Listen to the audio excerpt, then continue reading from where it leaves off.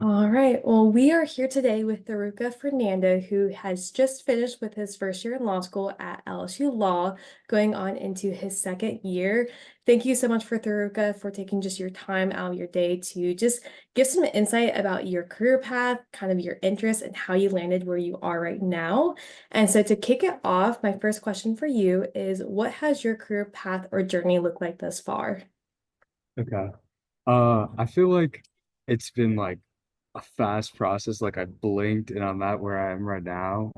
Because going into LSU, like I knew I wanted to go to law school. So I did the 3+3 program because I was so adamant about going to law school that saving a year and then just paying undergrad tuition for the first year too seemed like the best deal ever going into freshman year. But it was definitely like fast paced and you had to definitely be like disciplined and like time manage really well because taking like the LSAT early, making sure you had like the GPA for law school and everything too. It was definitely a fast process, but looking back on it, it was definitely worth it. And then like in between the summers too, because I don't come from a family of attorneys. I had no experience of what attorneys did. So I was always like wanting to get into internships. And so after like my freshman year of college, I emailed like probably 100 attorneys or something. I was like, could you please take a chance on me? I just need some legal experience. And I kept on getting like no's after no's after no's. Everyone was just like, you're too young. We can't like really give you anything. You haven't started law school yet. And I was just about to like give up. And then I can like remember it specifically in North Hall. I was tired of it and I was like, okay, I'm gonna shut down my computer and just take a nap.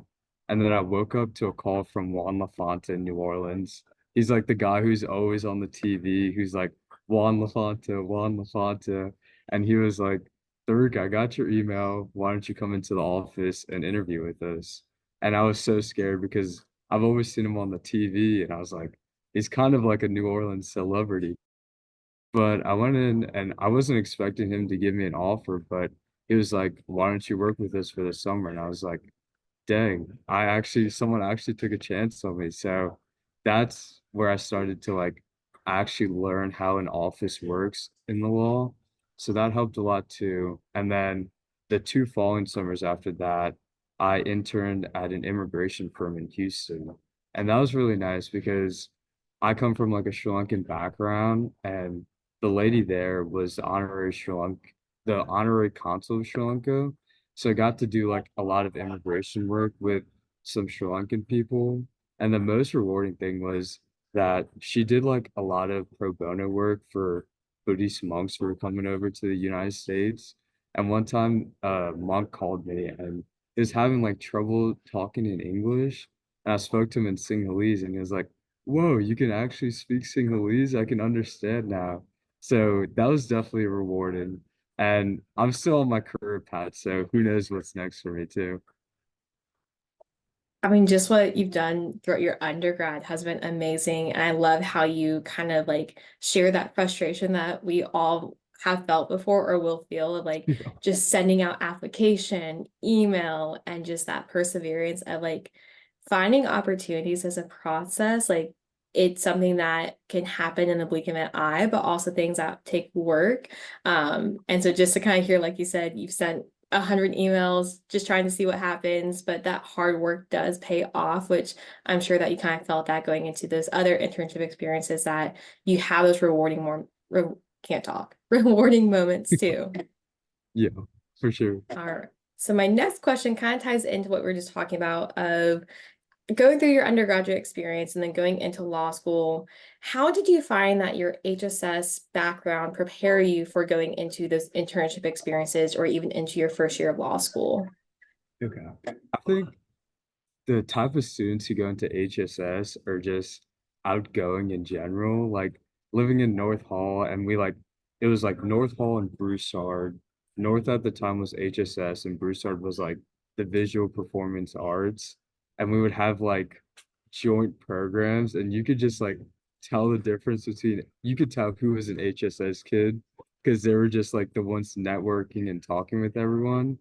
So I feel like you go into HSS like being outgoing, and then through like your years in college, you just learn how to network more, especially with like HSS 1001 and 1000. That's where we kind of like learned how to hone in our skills for networking for our careers and how to like build our resumes. And especially like an elevator pitch. I thought I would never use my elevator pitch from HSS 1001, but I've used it like so many times.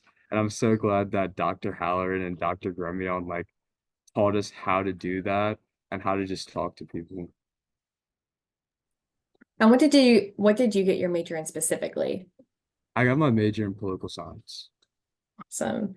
Yeah, that elevator pitch does come in handy. Yeah. And even now in the HSS 1000 course, we also do the like just about me. Like if you can get comfortable just sharing who you are and the interest that you have to anybody, Yeah.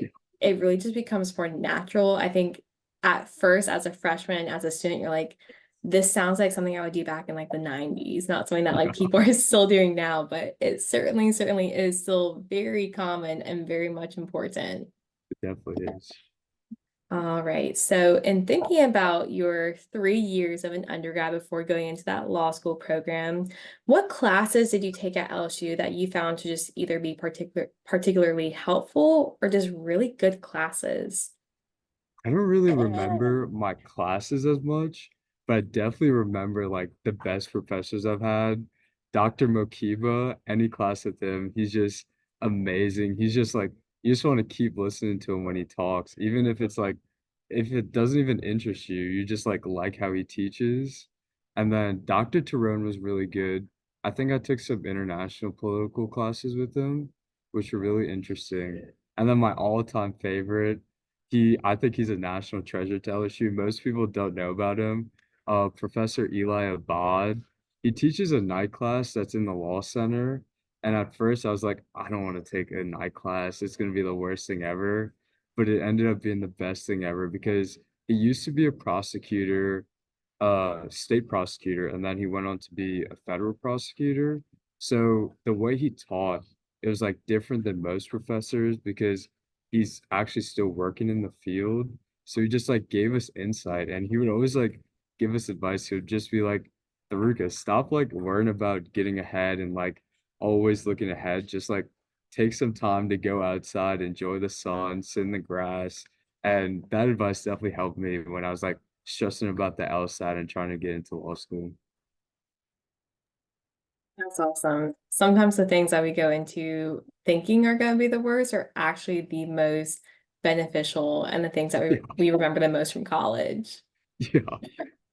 In addition to those faculty partners that you had, did you get involved in any organizations? I know you mentioned internships that you're a part of, but was there anything on campus that you got involved with that was really impactful for you and your resume? Yeah, so starting off from freshman year, I got involved in FLC, which was the Freshman Leadership Council. That's where like I got into student government and just seeing like how student government worked at LSU.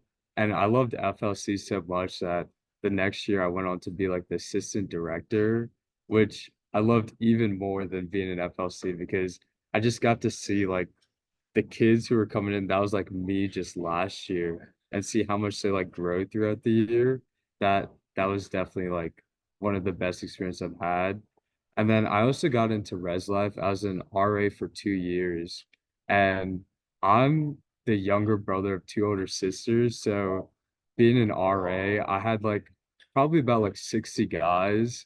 The way like I explained being an RA to people was that I just felt like I was an older brother to these guys sometimes and just like joking around with them and just being there for them when they need advice. Like I knew when I was in their place, I had no clue what was going on.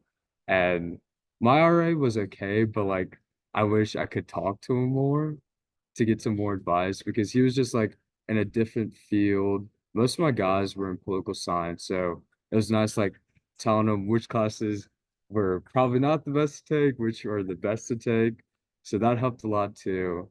And then one of my favorite clubs was the Sri Lankan Student Association on campus. I was the president and treasurer at one point, and I feel like going into college, like my parents live in New Orleans, it's only 1 hour away, but I'd mostly be on campus.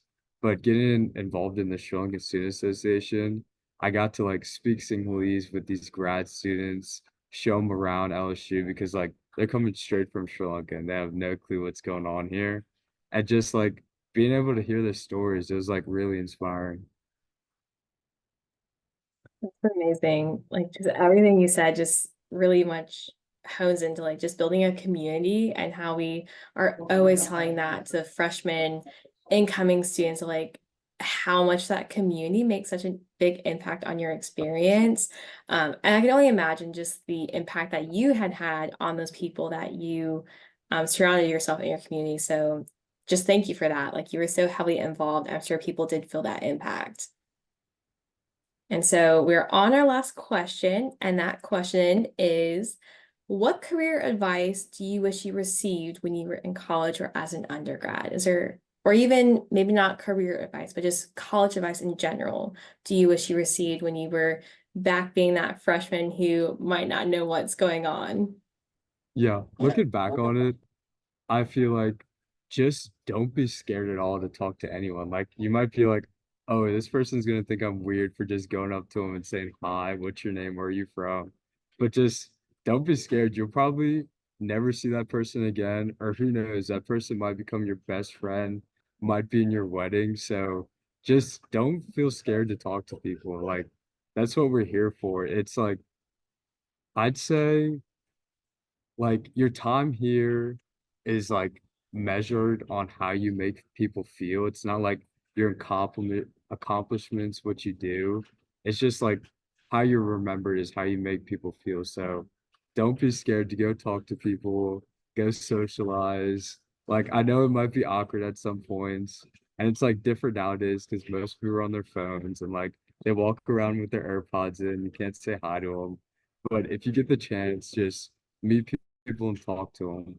And then like Professor Above said, I'm trying to like rush through everything.